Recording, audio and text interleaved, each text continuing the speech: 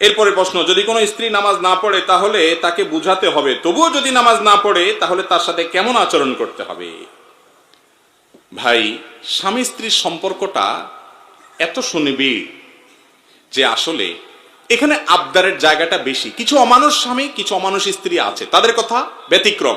সচরাচর সাধারণত স্বামী স্ত্রীর সম্পর্কটা এরকম, বায়না ধরে আদায় করা যায় না এরকম জিনিস খুব কম আছে।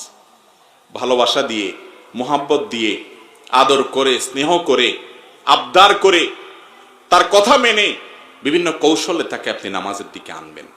যদি কোনোভাবেই দেখেন না একেবারে অন্তর্মহর মারা হয়ে গেছে, আপনি শাসন করবেন, রাগ করবেন, কথা বন্ধ করবেন সীমিত সময়ের জন্য, বিছানা পৃথক করবেন, এরপরে না হলে দুই পরিবারের মুরব্বীদেরকে নিয়ে বসাবেন, বসায় আর জবরদস্তি তাকে বলবেন যে আমি বেনামাজির ঘর করতে পারি না, আমার সন্তান পরবর্তী বংশধর নষ্ট হবে, সেরকম হলে প্রেসার দিবেন।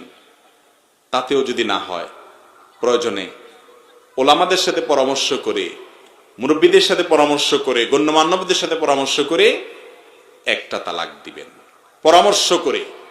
এটা শেষ চিকিৎসা। এরপরে যদি তিনি তওবা করে বলেন যে না আমি সরি, আমি নতুন করে আসবো, তাহলে প্রত্যাহার করবেন। তালাক মুখে প্রত্যাহার করলে হয়ে যায়, কিচ্ছু করতে হয় না, শেষ, অটো প্রত্যাহার। আবার সংসার করা শুরু করবেন।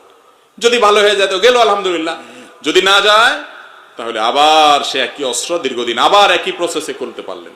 অর্থাৎ আপনি চাইলে শেষ অস্ত্র ব্যবহার করতে পারেন, সুযোগ আছে, কিন্তু সেটা ব্যবহার করার আগে অনেকগুলো স্টেপ অতিক্রম করতে হবে। নামাজ পড়ে না দেখিয়া যদি আপনি নিজে গালিগালাজ করেন তাহলে সে বেনামাজি